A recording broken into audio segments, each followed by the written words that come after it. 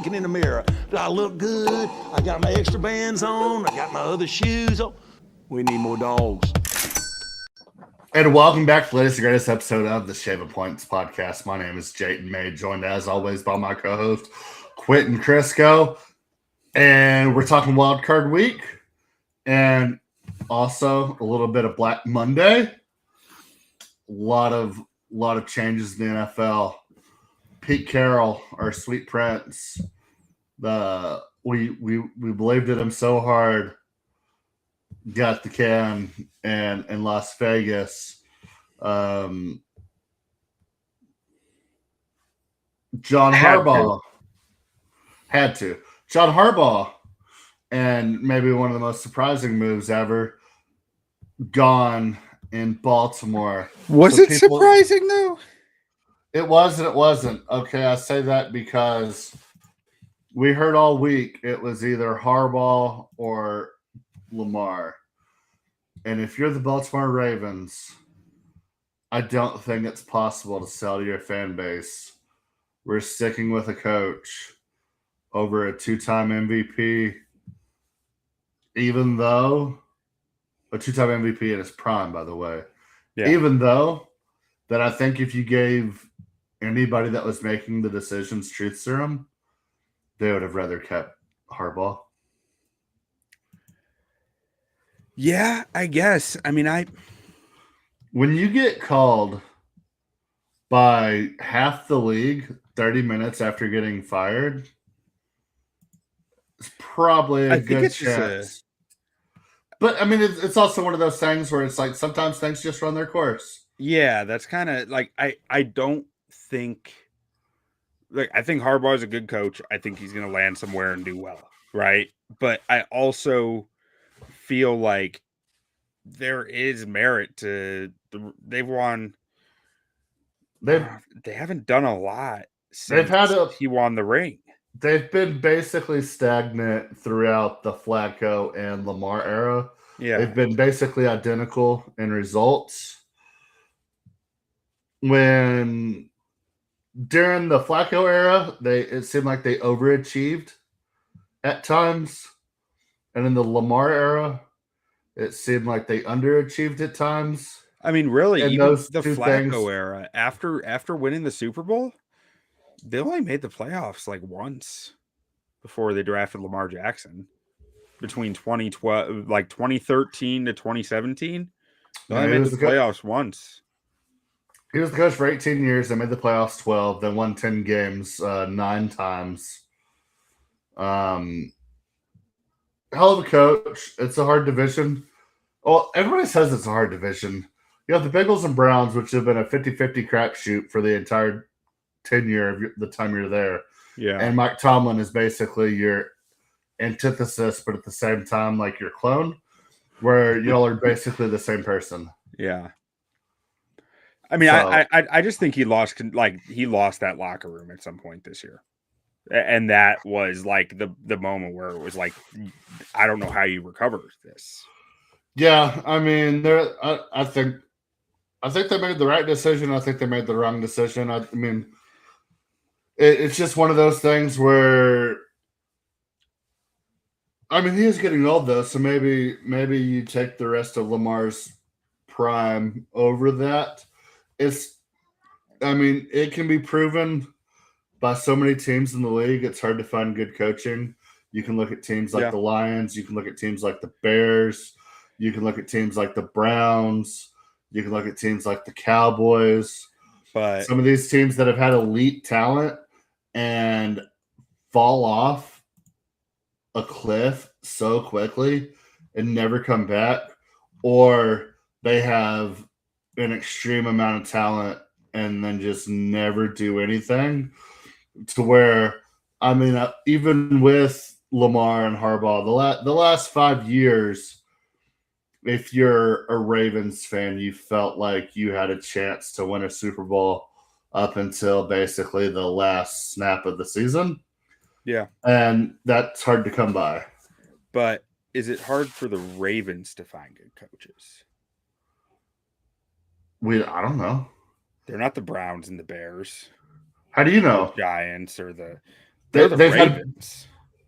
okay. They're basic. They're the Browns. The Browns moved to Baltimore. They've had Brian Billick and John Harbaugh basically their entire career, their entire being of a Ravens franchise. Ozzie Newsome was the GM for the majority of the time they've been the Ravens franchise. Technically, yes, he's still in the building, but he's not the GM anymore. And you have to trust that he's making the right decisions still. But I mean, this is a franchise that's had what, 2 or 3 coaches in its entire existence, even though they're the Cleveland Browns, and the Cleveland Browns are technically the expansion team. But we don't know if they can go find another coach. I'm a firm believer it starts at ownership. This owner hasn't missed. Yeah, I guess. He's 1 for 1. 1,000 batting percentage. Yeah, then who are you going to go get? I don't know. Pete Some Carroll? dude I've never heard of. Or Probably probably the Chargers D coordinator. Yeah, or who's the Chargers special team coach? I don't know. I see what you did there. No, They're the gonna go Chargers hire- D coordinator was with the Ravens for a long time. So, like, I think that's a possibility right there. Who's that? Roman? Greg Roman? No. No, that's their offense coordinator, right? Yeah. I'm talking about Sounds like a Jesse defense coordinator Minter. name. Jesse Minter. Yeah, let him have the job. I don't care. They have to figure out something though. I mean, they just put all the pressure on Lamar. Which, I mean, Lamar already had all the pressure. So, I mean, nothing's really changed for him. He just got to go out and do it. Frankly, I'm really curious to see if they hire a guy who's going to be hard on Lamar or a guy who's going to be much more the players coach, because like Jonathan Gannon. Pew, pew, pew, pew. yeah, there you go. Pew pews all over. Lamar kind of fucked around with them a lot this year.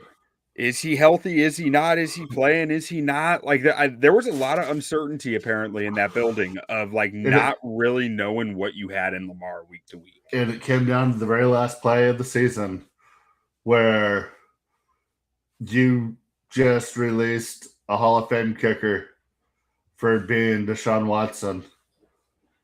And all you have to do is make a 33-yard field goal.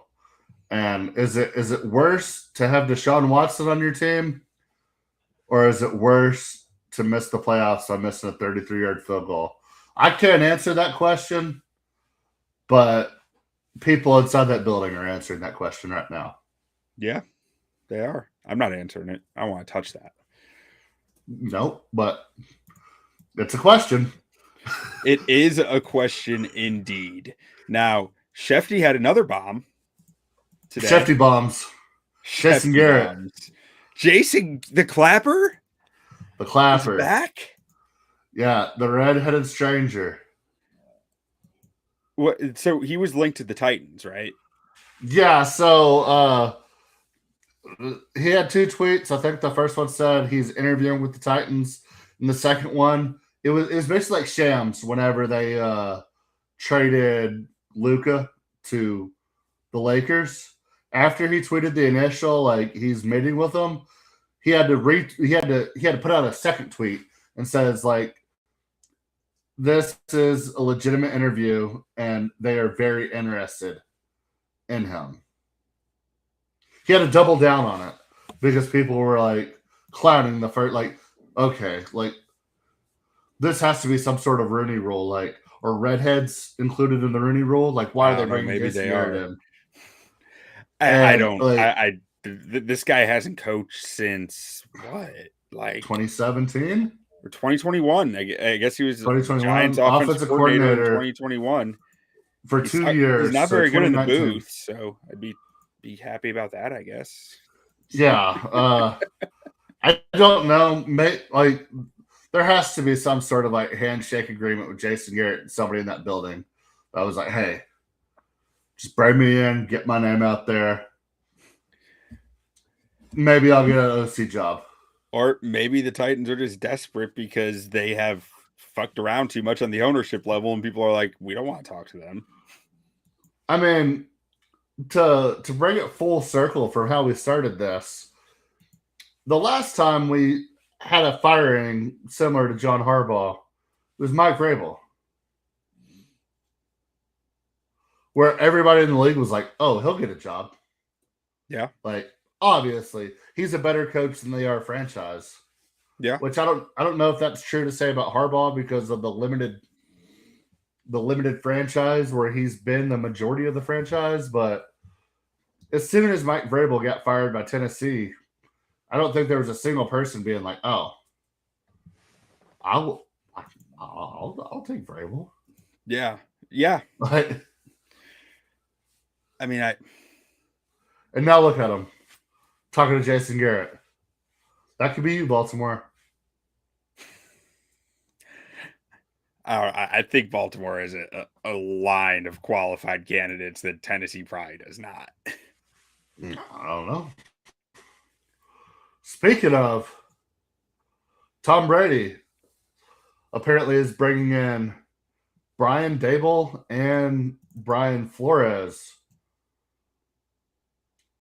Did you hear this? I did hear that. He wants to hire both of them, but it seems like he wants to hire them as coordinators. And it's kind of one of those situations like, well, yeah, duh. But who are you going to get to coach the team? Is one of them going to be the head coach? Because if so, is that really what you want? It was just a weird story. I think Flores needs to get a head job. Honestly. Yeah. He's too good to stick at coordinator right now. He's been linked to 3 coordinator jobs, which is weird. Because, like, why would he leave Minnesota? But then they're saying, like, oh, maybe he's definitely a sinking ship. Yeah, well, then you have the stories of he's definitely leaving Minnesota. He's linked to the Dallas DC job. He's linked to the Raiders, as in Tom Brady wants to hire him, but he hasn't been mentioned as a head coach candidate. They just want him. And I'm like, if we're just wanting people, let me put my hat in the ring for wanting Brian Flores. Just to be in my organization. Hey, I heard something today that like someone said that if Flores does not get a head coaching gig, they expect him to be in Dallas. Yeah. Well, yeah, let me put my hat in the ring. I want Brian Flores if he's not a head coach. Yeah. I want him on my team. Me too. Sounds great.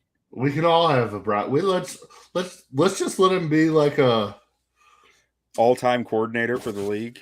Yeah, he just bounces around. Everybody spins a wheel at the beginning of the week, and it's like, Brian Flores this week. We got Eberflus this week. Shit. Oh, fuck. Oh, imagine how sweet that would be.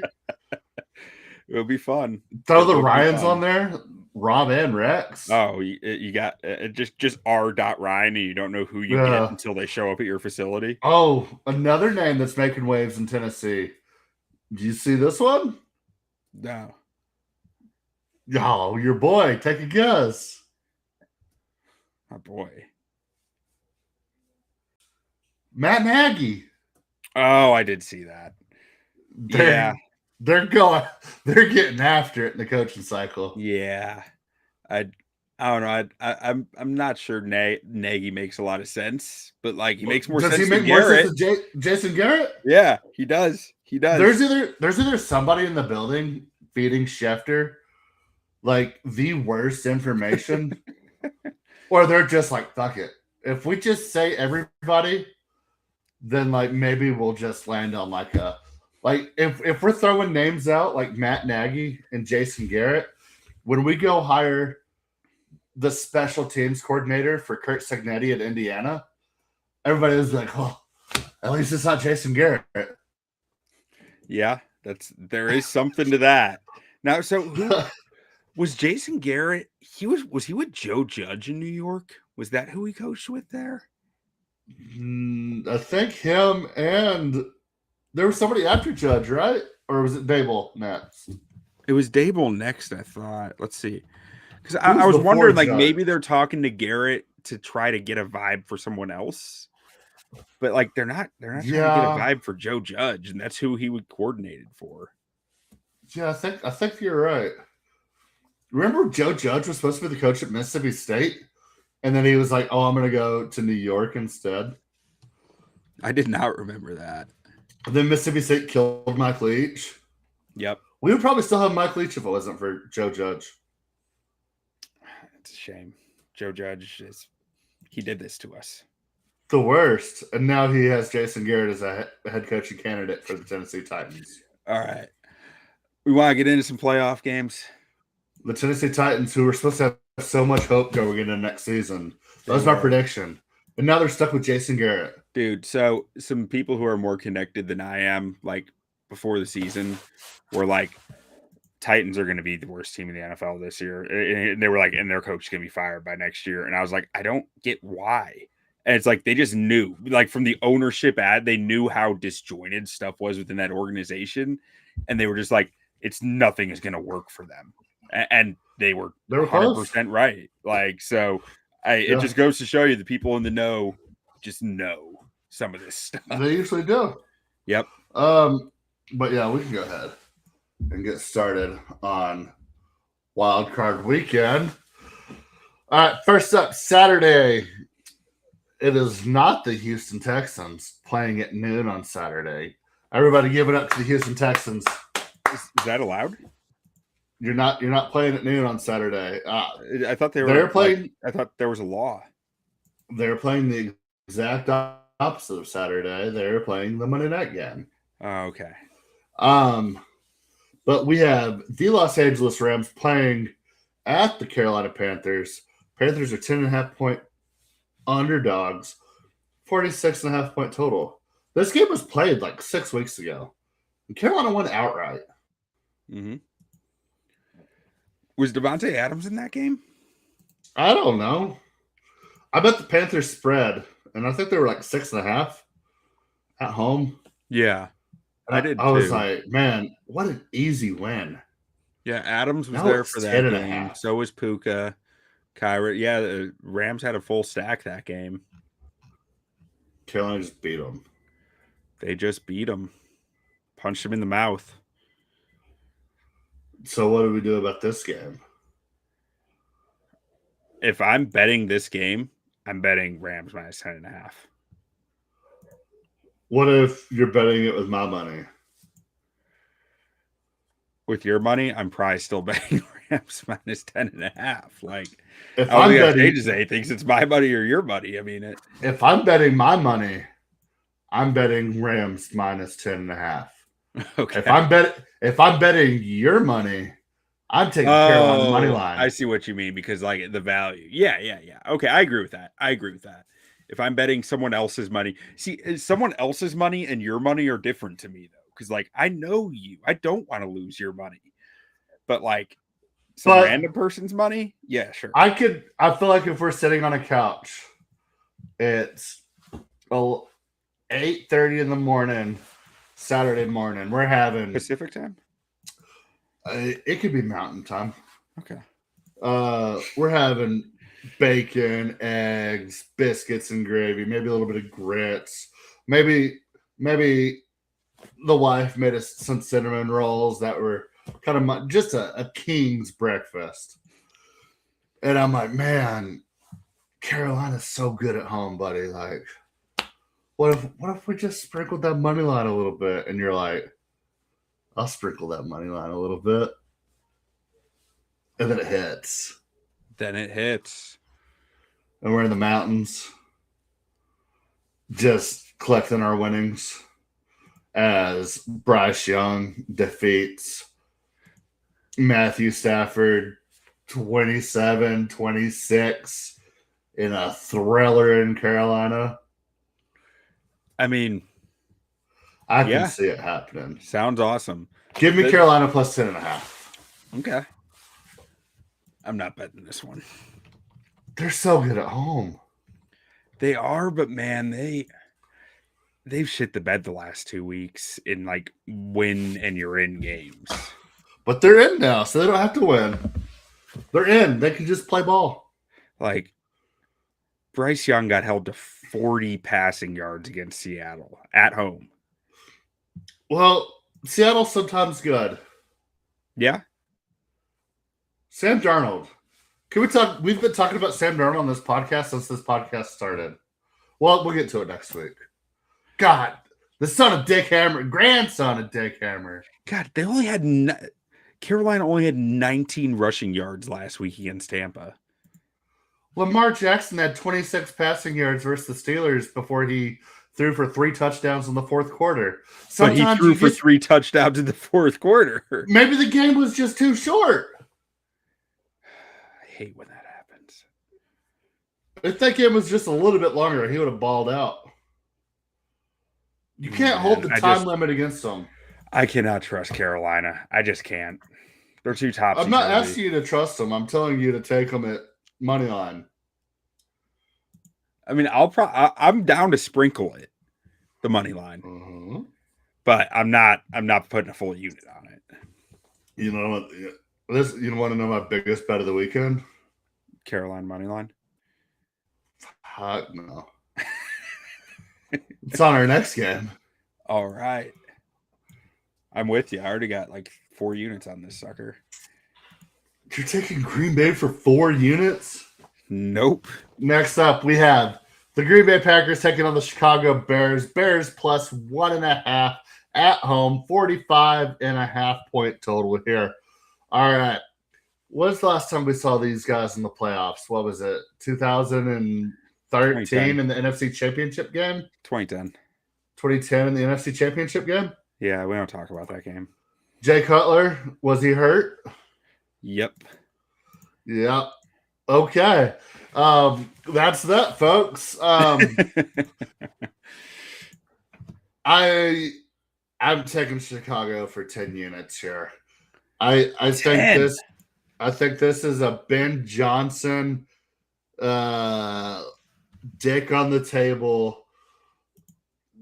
You basically beat me the last time we played, and it took a miracle for us to win. And everybody talks about it like it took a miracle for us to win. I think they run for over 200 yards in this game. I think Caleb Williams has over 250 yards passing. I think Ben Johnson walks in and he says, Jordan Love physically cannot score enough points to beat me. I don't care if we give up 30. We're putting up fucking 50 on these bitches. God damn. Okay. I am not as confident as you, but yeah, I'm here for it.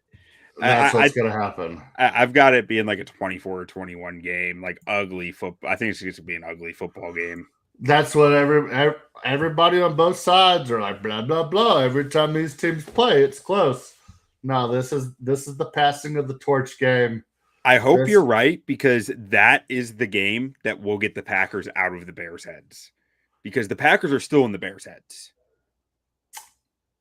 The two times these teams have played this year, there is no reason for the Packers to have played as well as they did. The Bears are the better roster, and it didn't fucking matter because the Packers are so in their heads. Being a lifelong Bills fan, I don't really have any beef with the Packers. I wouldn't know anything about the Packers being in my head. But fuck Packers, Chicago by 50. Chicago by 50. I'm here for it.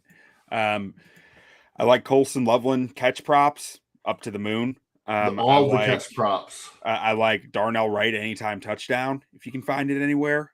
Monunga, 3 touchdowns. Monunga, 3 touchdowns. Why not? But probably like plus 2,500. If you can find like an offensive lineman touchdown one in this, I bet it. I'm gonna be looking for it. So yeah. Ben Johnson the model likes the over here. I'm not taking the over, but the model likes it.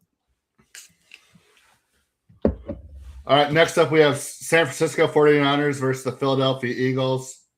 No, we got Buffalo, Jacksonville. So we have the San Francisco 49ers. Okay. I'm terrified. No, we could talk about it. No, let's go to San Fran. Okay, San Francisco 49ers versus the Philadelphia Eagles. Philly is 3.5-point favorites at home, 46.5-point total here. San Fran's the most injured team I've ever seen in my life. But somehow they find ways to win these games. But Philadelphia also has an outrageous defense if they figure out how to stay healthy. Or not even figure out how to stay healthy. If they just show up. Philly has an outrageous defense. Whether or not they show up, I don't know. They have the Great White Hope in San Francisco. Christian McCaffrey. I think I'm with you there. Over 46.5. Yeah. I don't love either side here. And my logic here is just that San Fran's defense is not good. They're going to give up points. And I expect them to be at least competitive. So, like, if they're going to give up 25 points in this game, at least. Yeah. Can they score 21, 22? Then you're at the over. That is true. All right. Next up, we have Los Angeles Chargers taking on the New England Football Patriots. Patriots are 3.5 Not point to be favorites at home. confused with the Civil War Patriots or the Revolutionary War Patriots, right? Correct. Like Mel Gibson in that movie. Mel Gibson and the Patriot.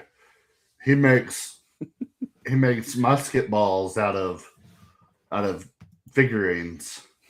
New England's 3.5 point favorites, 46.5 point total here.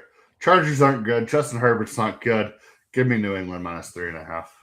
I'm with you, and my logic is the Chargers do not have an offensive line. What if anyone John is Harbaugh going to shows take up? full advantage of that, it is Mike Vrabel.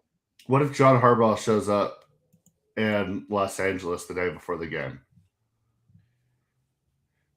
What do you mean? Well, I don't know if he just shows up and he's like, Just "Hey, in Los Angeles, like, hey, Jim, I'm here with you. We're gonna do this." so you're together." saying the Chargers haven't left for New England yet? Oh yeah. I'm saying he shows up like they're in team meetings, and John doesn't even call Jim because they don't talk. They don't use cell phones. No. And he just shows up and he's like, "Hey Jim, let's go fucking win a Super Bowl." Can they still be taking New England? Mike They don't Vrabel? have an offensive line. What if the two Harbaugh brothers play tackle?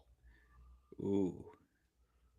7-year-old John Harbaugh at tackle. Yeah. That'll work. And Jim? Jim Harbaugh has more career rushing yards than Bo Jackson? I did not, but that doesn't surprise me, actually. There was a trivia question not too long ago. They're like, what active NFL coach has more rushing yards than Bo Jackson? And it stumped every coach in the league. And they were talking to John, and they're like, and they showed John for like 5 minutes contemplating it, naming every coach in the league. And then finally they're like, "You're forgetting about someone in the family." He goes, "Fucking Jim!" He goes, "I knew that." But yeah. Now, what if John shows up at the Chargers facility the day before the game and looks at Jim and goes, "Really? You're going to do that?" Is that good or bad? I mean, in a questioning way, like, that's your plan. What if? Okay, we're talking about the Harbaugh brothers here. What's more likely to happen? John shows up in New England and goes to Vrabel. He goes, "Hey, you want to know how to fuck with Jim?" Yeah, that's the right. That's what's gonna happen. That's 100%. And then New England by 30. Yeah. And then everybody's gonna be like, "Oh, what happened?" He was like, "Well, John actually showed up in the facility a couple of days ago and really changed our game plan." Yeah. And then 100%. then Jim might actually kill him. He might. And then we won't have any Harbaugh's coaching in the league after that. One will be in jail. One will be dead. Everybody's talking about where he's going to end up. One of them's going to end up in federal penitentiary. The other one's going to end up in a grave. Yep. That's where this is going. NFL has reached its drama television heights. At that point. That's as high as it goes. And then Bill Belichick's going to like get Jim released on like a work release program. And they're going to lead North Carolina to the greatest dynasty the world has ever seen with Jim Harbaugh and Bill Belichick coaching the University of North Carolina. It's going to be the greatest 1 year ever, and then the program's going to burn to the ground. Oh, Netflix is going to make $1 trillion. It's going to be so good. All right. Next up, we have the Houston Texans taking on the Pittsburgh Steelers. Monday Night Football. Pittsburgh's 3.5-point home dogs. 39.5-point total here. Model X over 39.5. I'm taking Houston in this spot. I know it's Aaron Rodgers. I think this defense is going to get after it, and I think C.J. Stroud's going to show up. C.J. Stroud has shown up in big moments his entire career, and I think this is the game that kind of gets this Houston offense on a trajectory. They've been playing better down the stretch, and everybody's still talking about this Houston offense like, well, I don't know what they can do in the playoffs. We were talking about the other day, we both kind of like Woody Marks in this offense, the way he's running the ball. The offensive line is still very questionable, but give me CJ Stroud in this offense to do some work against that Steelers D, and then that Houston Texans defense just eat them up. That's what I'm saying. Yeah, I don't know what to do with this game, honestly. I want what you just said is what like I want to happen, like what I want to think is going to happen, but then I just keep going back to like, but what if Pittsburgh stars just show up? What if Aaron Rodgers just becomes Aaron Rodgers and DK Metcalf is back and he catches the ball for 217 yards on Sauce Gardner? And what if TJ Watt just turns the dial back 2 years and Cam Hayward has a game and the rest of that D line like Keanu Benton and Derek Harmon and Alex Highsmith, like they have game wrecking potential on defense, even if they haven't been a game wrecking defense. You know, yeah, that's what gets me stuck on the. If it wasn't giving me the hook, if it wasn't giving me the hook on this, I'd be on Houston. But like it is, they have the most. They have the most expensive defense in the league. They have the most veteran defense in the league. Yeah, and I'm just like, what if they show up for a playoff game? You know, like. Yeah, there's a lot of what ifs. I think we know what this Pittsburgh Steelers team is by now. And I think a lot of people are thinking like you, and nobody's thinking that everybody on Houston's defense is signed throughout the next 2 years. This defense isn't going nowhere. They have a young stud at quarterback who's been disrespected all season. I think Houston's just the better team flat out. And I think they're going to show up. I feel like they feel like they've been disrespected all season, even after their 9-game winning streak. I feel like everybody's looking at Pittsburgh being like, oh, well, what about DK Metcalf? What about Aaron Rodgers? What about TJ Watt? What about Cam Hayward? What about fucking the Houston motherfucking Texans with a fucking dominant defense? And they are young. And they are hungry. Man, Jaden Higgins has come on too. He's been a problem lately. Higgy boy. And I think the outdoors plays fine for Houston. And the cold just because they're such a defensive team. CJ Stroud played 2 years at Ohio State. He'll be fine. I'm not even that worried about Stroud. It's more just the pass catchers, the O-line, like the everybody. But like I'm not worried about the defense at all, and the cold either. I think they're gonna rock some people. Give me Houston. DK Metcalf ain't gonna blow this thing up. I'm scared of this guy. Not what DK does. All right, well that'll be it until next week. Yeah, just no Bills, Jaguars. Ain't happening this week. Nope. Well, I know what I'm betting. I'll take over 51.5. Yeah. No, okay. So we want to talk Buffalo, Jacksonville. Let's talk Buffalo, Jacksonville. I'm terrified about this game. Everybody's talking about, Josh Allen. Playoffs are wide open. If not now, then when? I don't know, but maybe try not going into the NFL playoffs with the 31st worst rush defense in the league. Maybe try to have any receiver that can catch the ball. Have an offense that looks like it's somewhat in rhythm whatsoever.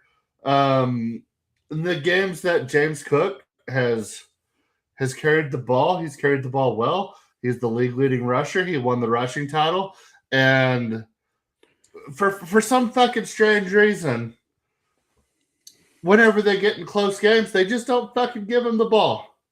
They give him the ball when we're winning by 30. It's a 4-point game.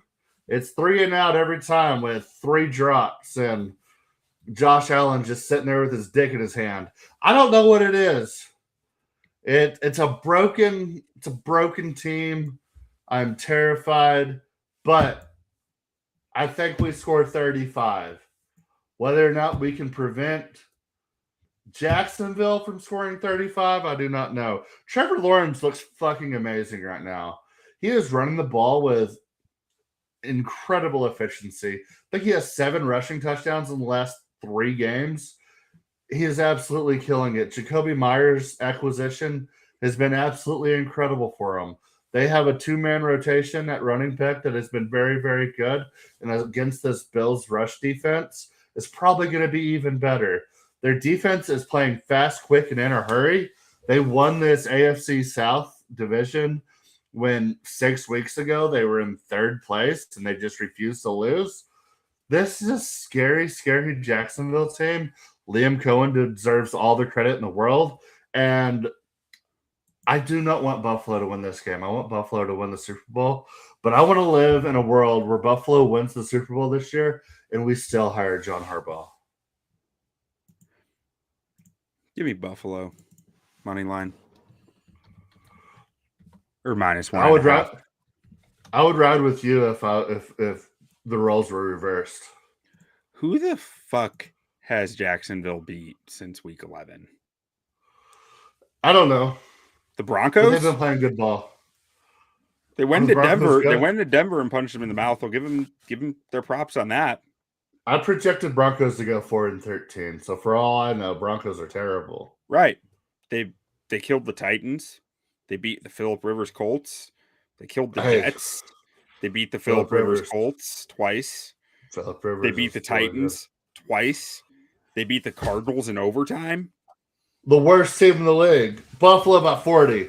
Yeah, they beat the Chargers in week 11 when the Chargers still had they haven't had a line all year. Their offense has gone on fire, but they have played some of the worst defenses in the NFL over this stretch. Well, and Trevor Lawrence looked like dog shit early in the year against good defenses. So I don't know that that's gone. But Buffalo's defense is also one of the worst in the league. That's the problem. Right, but Josh Allen's got to put this fucking team on his back and say, I'm the motherfucking MVP of this league. If Trevor Lawrence is at all the same quarterback we saw earlier in the year, he has spaz moments in him. Right? He just had what the fuck are you doing moments. Josh Allen's never had that, so we're good. Josh Allen has had that, but he at least looks good doing it. Especially in shorts. Yeah, it looks great in shorts. I mean, I'm sitting here looking at this going, I think Jacksonville is there's a lot of makeup on that pig. There is not a lot of hardship in that schedule that they've had to face. Well, that is my issue, is there is a lot of makeup on that pig.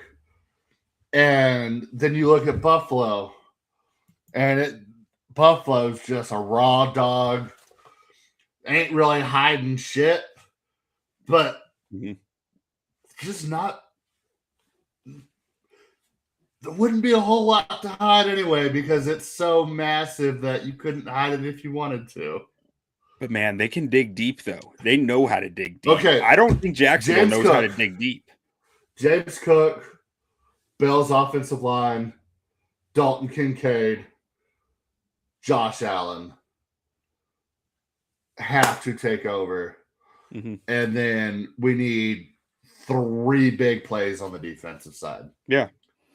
I'm not saying it'll be convincing, but To me, this game will come down to a few plays late, and I trust the Bills to dig deep on those plays. I don't think Jacksonville knows how to dig deep on those plays. What if Tre'Davious White gets like a pick six in a 1-point game with like 45 seconds left? If anyone's going to throw it, it's Trevor, I think. Trevor or Sam Darnold. Like, those are the two quarterbacks that I trust, like that I just don't trust.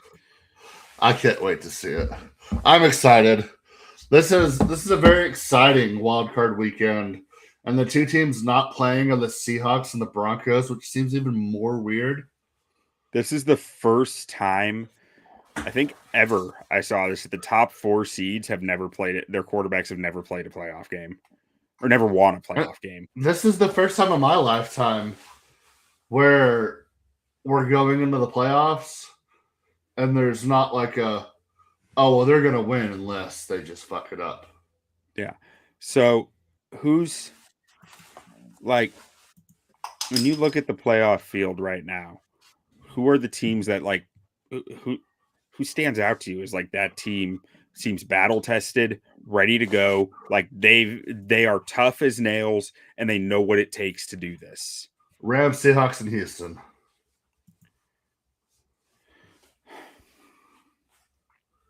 I agree with you on Rams. Houston, I think Houston's hot. I think it's a different thing though. Like, I think the defense is just different. I think that it is. That's where it's coming from. And you could like Seahawks are similar, but like their defense is different. Seahawks, they just don't. Reasons. They don't do anything bad. I think they're too one-dimensional though. They're too one-dimensional offensively. How? They have one guy who catches passes. But they have 2 running backs that run the ball well. They do. But I don't think you can sustain the JSN being your entire passing offense. They're the 1 seed? They are. Playoffs are different, though.